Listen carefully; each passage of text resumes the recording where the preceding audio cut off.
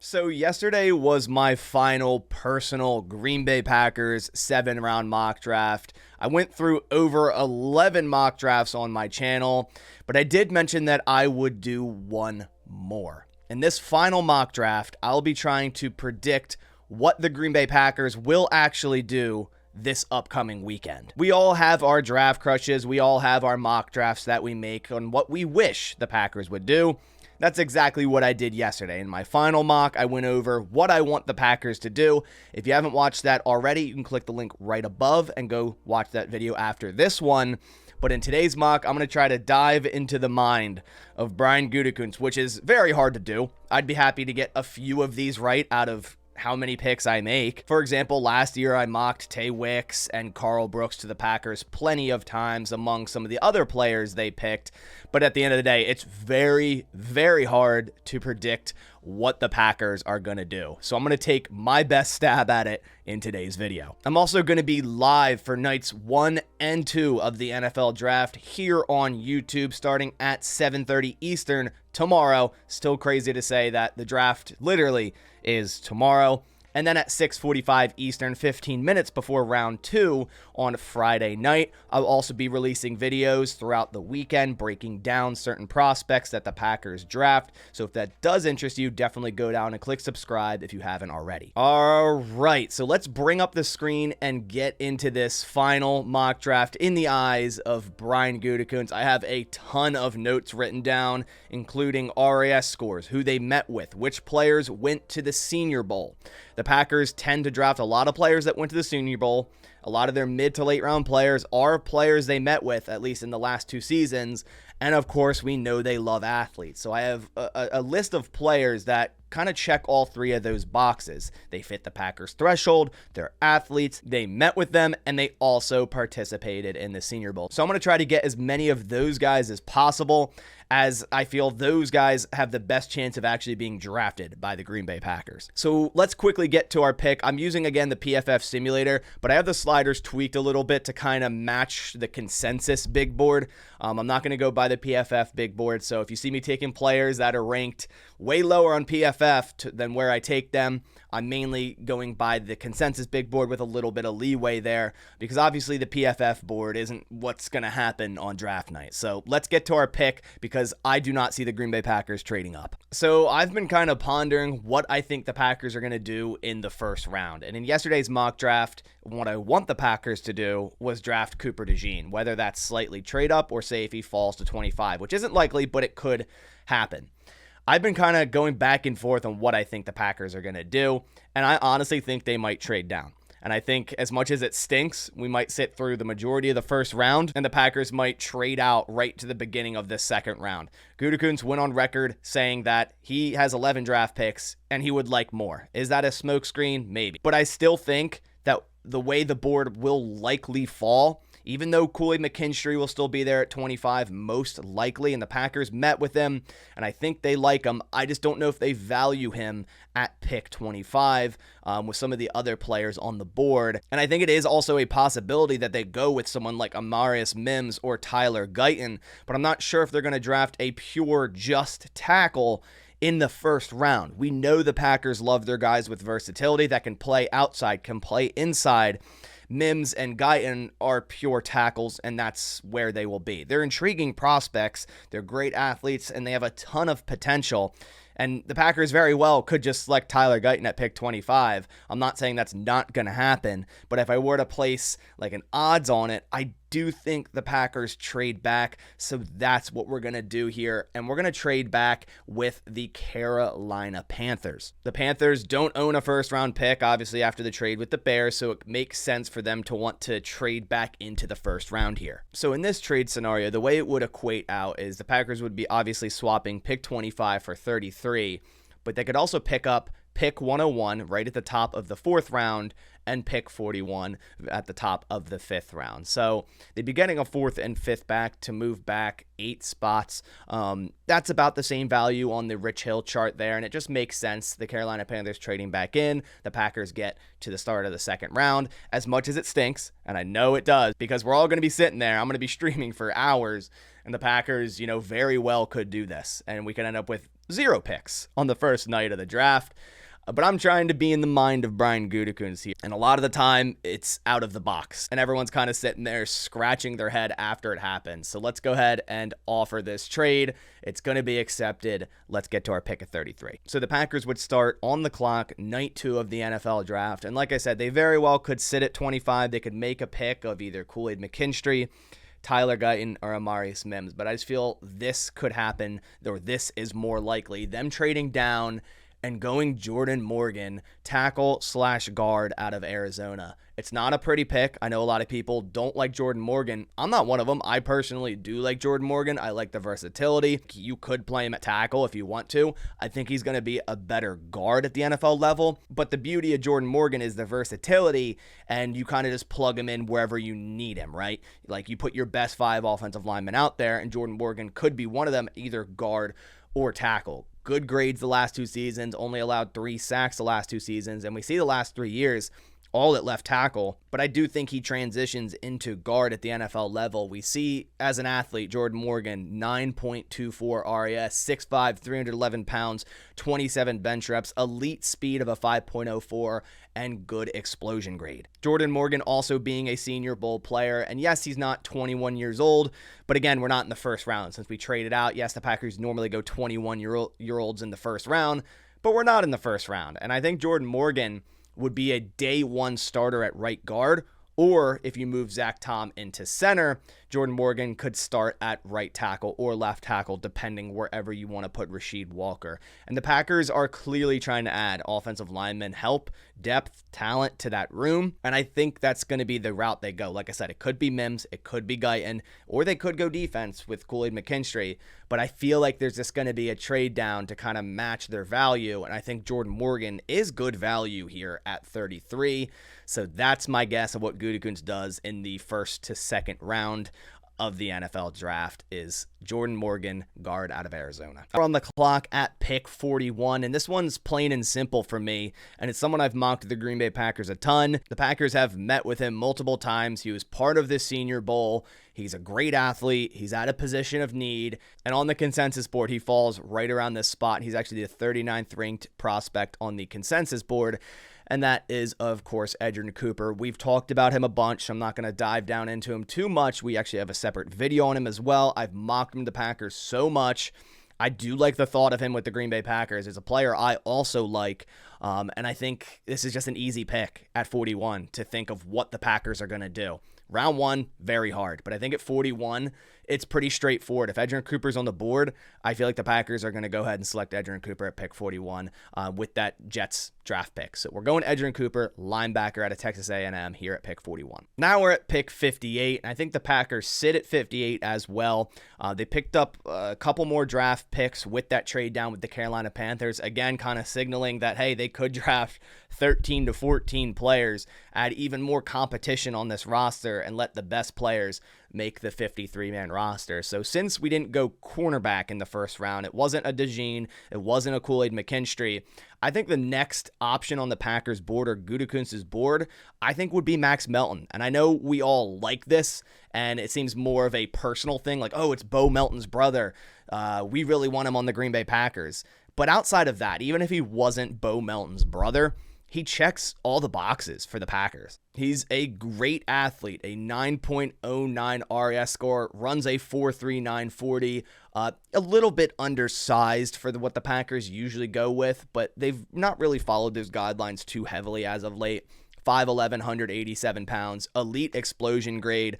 He was at the Senior Bowl. I believe the Packers also met with him at the Senior Bowl. And I don't think they need to meet with him much because they can learn everything they need to know about Max Melton from his brother, Bo. And I think that does also play a factor. I think they know what Bo Melton's character is, and yes, they could have completely different characters, but I believe they have similar characters, and the Packers very much so like Bo Melton. So I think this very well could be the pick here. Max Melton's consensus ranking is 57, so it fits right at 58, just kind of similar to Edgerrin Cooper, and I think he also gives you inside-outside versatility. You can play him outside at cornerback, you can play him in the nickel if you need him. Only allowed a 65.7 passer rating last year, had 3 interceptions, 5 forced incompletions, completions, 6 coverage stops. So we are going Max Melton, cornerback from Rutgers, here at pick 58. So here, with all the draft capital available, I think the Packers may end up trading up in the 3rd round a little bit. They have 2 picks at the back end. We picked up Carolina's, which is at the start of the 4th round. So 3 picks, all they're very close together. And that is nice, but that also means the Packers have a ton of ammunition to potentially move up and gain a 4th player in the top 75 players. I'm going to trade with the Atlanta Falcons. They're kind of light on draft picks here. So we'd be swapping 88 and 74, also giving them 141 and 219. We're going to go ahead and send that trade. And the player we're trading up for is Michael Hall Jr., defensive lineman from Ohio State. Been linked to the Green Bay Packers a ton, and I can see why. He has the versatility. He has the athleticism. He's 20 years old, won't even be 21 by the time the draft starts. And I think he could go before pick 74. But if he does fall to right around this range, I think the Packers definitely will trade up to go and get Michael Hall. A 9.57 RAS, 6'3", 299 pounds, elite explosion, elite speed. The Packers met with him. He was at the Senior Bowl. Everything about him just screams Green Bay Packer. And I think they want to add another talent to that defensive line. I think they push Colby Wooden outside defensive end, and they want to replace those snaps, but also get another guy that, is versatile, multi-talented, and that is Michael Hall. So pick 74, we're going Michael Hall Jr., defensive lineman out of Ohio State. Here at pick 91, we're going to finally address the safety room. We've yet to do so, and the Packers, I think, are going to wait. They've met with a lot of late round to undrafted free agent safeties in their top 30 visits, kind of showcasing maybe how they value this safety class. I don't know if they have many high grades on a lot of these safeties, maybe past or earlier than the 3rd round. And yeah, sure, they might go Jaden Hicks in the 2nd, and that's probably where I draw the line.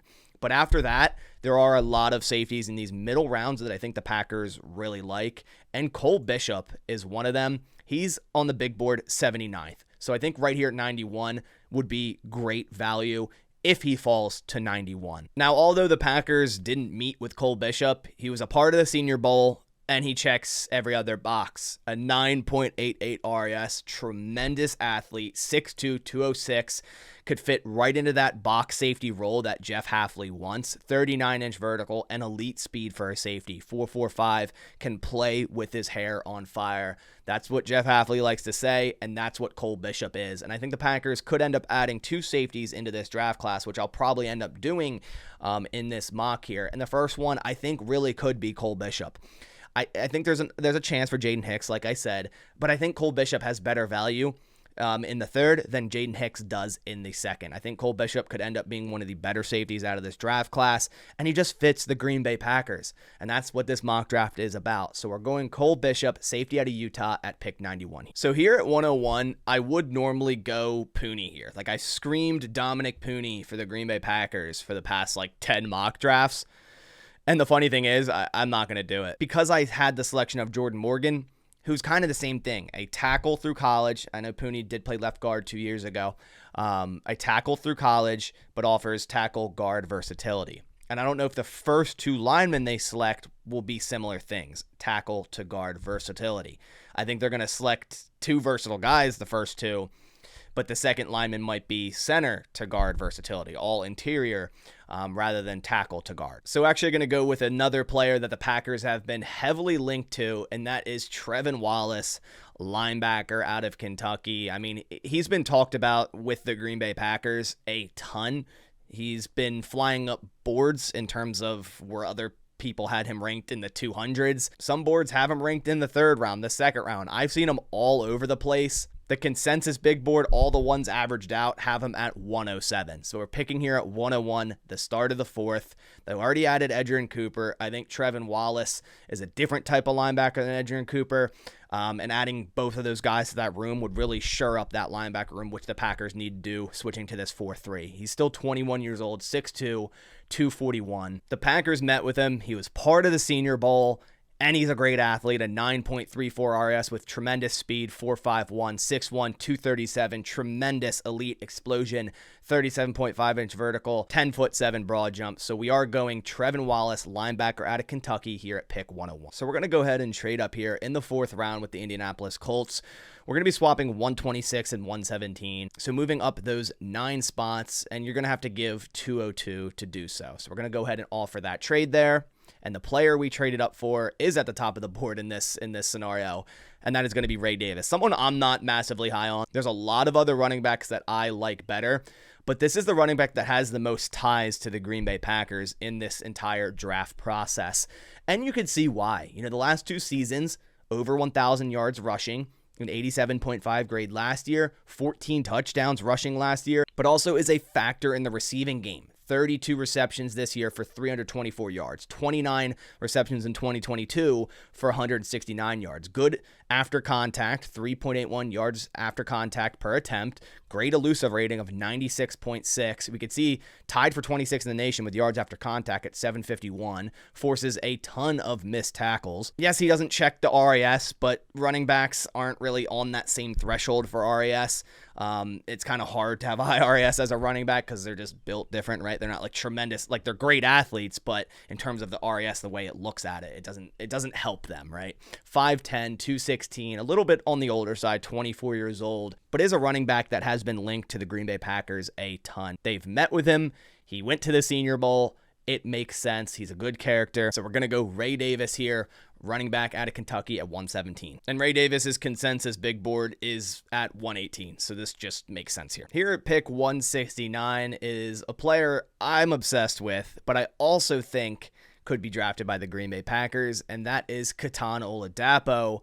Due to so many ties with the Packers, Anthony Perkins, the new defensive quality control coach of Green Bay, was the cornerback coach at Oregon State last year. So a connection with Oladapo there. He has a ton of versatility. He can play the slot. He can play box. He can play deep. And yes, we already added Cole Bishop, but that safety room is still light, even with adding Cole Bishop. It's McKinney, Anthony Johnson Jr., and Cole Bishop, right? Like, yeah, sure, you could throw Benny Sapp in there. Zane Anderson is a special teamer, so I wouldn't even throw him in there. You need another guy. I need a guy that can go and play special teams and could also come onto the field and play different roles, and that is Kitan Oladapo here at pick 169. The Packers met with him. He was at the Senior Bowl and has an 8.18 RAS. Fits the size threshold for the Packers. Actually has elite size in regards to RAS here. 6'2", 216, okay explosion, and good speed. A 4.58, not the fastest guy, but can play so many different roles. Again, versatility. So we're going Kitan Oladapo, safety at Oregon State here at pick 169. Now we're all the way in the 7th round due to some of the trades we made. And I'm going to go offensive lineman yet again. I would have liked to get another lineman earlier, like a Dominic Pooney. It's just the way the board fell. And as much as I'm hammering Dominic Pooney to the Packers, it would be pretty funny for my final Packers mock, for the Gutekunst mock, to not select Pooney, and then the Packers go and draft him anyways. It would just be really funny, which could definitely happen. I also really wanted to go Tanner Bortolini.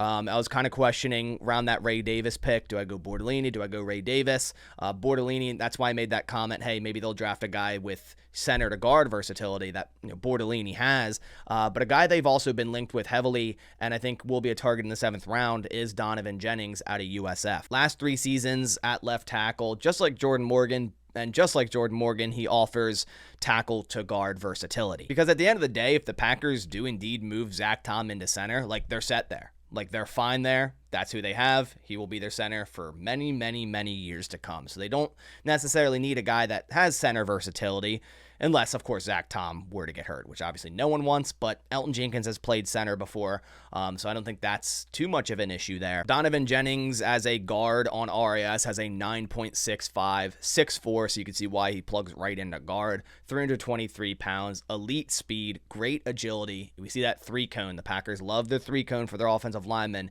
He has a great grade there with a 7.6 time. Didn't qualify for explosion, but that's fine. Donovan Jennings last year allowed 2 sacks. The year before that, 0 sacks.